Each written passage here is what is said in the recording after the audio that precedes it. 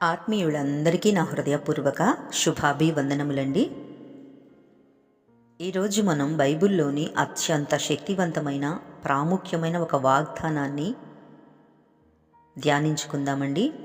ఆదికాండము 12వ అధ్యాయంలో 3వ వచనము.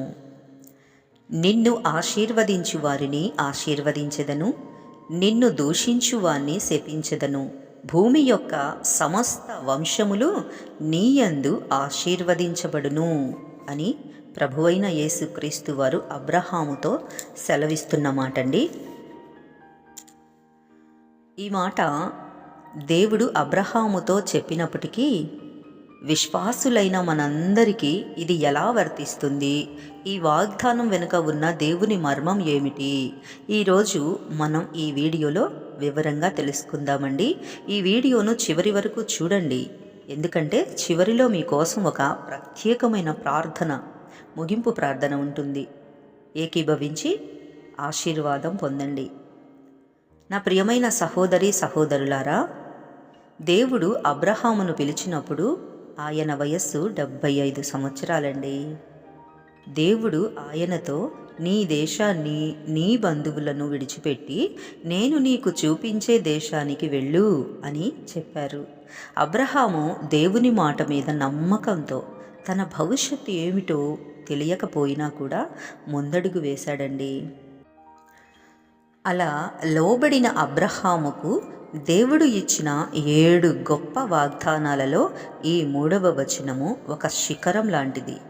ఇప్పుడు దేవుడు 3 ముఖ్యమైన విషయాలు చెప్తున్నారండి. మొదటిగా, నిన్ను ఆశీర్వదించే వారిని నేను ఆశీర్వదిస్తాను, నిన్ను దూషించే వారిని నేను శపిస్తాను, భూమిపై ఉన్న సమస్త వంశాలు నీ ద్వారానే ఆశీర్వదించబడతాయి అని ఈ 3 ముఖ్యమైన విషయాల గురించి వివరిస్తానండి. మొదటిగా, నిన్ను ఆశీర్వదించు వారిని నేను ఆశీర్వదించెదను. దేవుడు తన బిడ్డల పక్షాన ఎంత నమ్మకంగా ఉంటాడో దీని ద్వారా అర్థమవుతుంది. ప్రియులారా, మీరు దేవుని మార్గంలో నడుస్తున్నప్పుడు మీకు సహాయం చేసేవారిని దేవుడే స్వయంగా ఆశీర్వదిస్తాడండి. రెండవదిగా, నిన్ను దూషించు వానిని శపించెదను.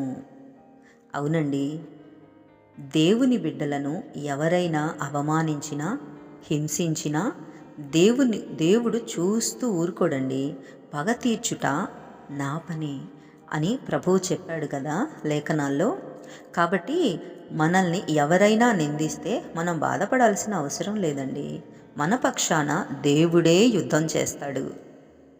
మూడవదిగా, అత్యంత ప్రాముఖ్యమైనది, భూమి యొక్క సమస్త వంశములు నీలో ఆశీర్వదించబడును. నా ప్రియమైన సహోదరి సహోదరులారా, అబ్రహాము సంతతిలోనే లోకరక్షకుడైన యేసుక్రీస్తు జన్మించారండి. యేసుక్రీస్తు ద్వారా ఈరోజు ప్రపంచవ్యాప్తముగా ఉన్న ప్రతి ఒక్కరికి రక్షణ, ఆశీర్వాదం లభించాయండి.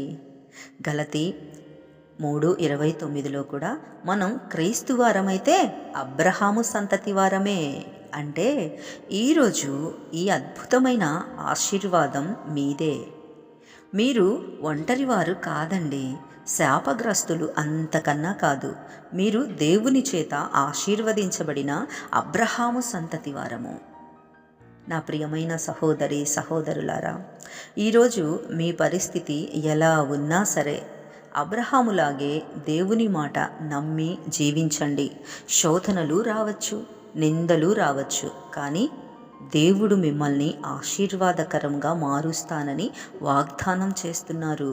మీ ద్వారా మీ కుటుంబము, మీ చుట్టుపక్కల వారు కూడా ఆశీర్వదించబడతారండి. ఆమేన్. ఇప్పుడు తలలు వంచి కళ్ళు మూసుకున్నట్లయితే ఈ వాగ్దానం మీ జీవితంలో నెరవేరాలని ప్రార్థన చేసుకుందామండి. ప్రార్థన. మహాపరిశుద్ధుడా, ప్రేమగల మా పరలోకపు తండ్రి, నీ పరిశుద్ధ నామానికి స్తోత్రములు, స్తుతులు, స్తోత్రములు తండ్రి. ఈరోజు ఆదికాండము 12:3 ద్వారా మీరు మాతో మాట్లాడినందుకు వందనాలు యేసయ్యా. అబ్రహామును ఆశీర్వదించిన దేవుడవు, ఈ వీడియో చూస్తున్న నీ బిడ్డలను కూడా ఆశీర్వదించండి తండ్రి. ఎవరైతే అపనిందలతో, శాపాలతో, నిరాశతో బాధపడుతున్నారో వారిపై ఉన్న ప్రతి శాపాన్ని యేసు నామములో విరిచివేస్తున్నాము తండ్రి. నీ బిడ్డలను ఆశీర్వదించే వారిని ఆశీర్వదించండి, వారి పక్షాన మీరు ఉండి నడిపించండి తండ్రి యేసయ్యా. వారి కుటుంబాలను, వారి చేతి పనులను, వారి చదువులను ఆశీర్వాదకరంగా మార్చండి ప్రభువా. అబ్రహాముకు తోడుగా ఉన్నట్లు వీరికి కూడా నీ కృప తోడుగా ఉంచండి.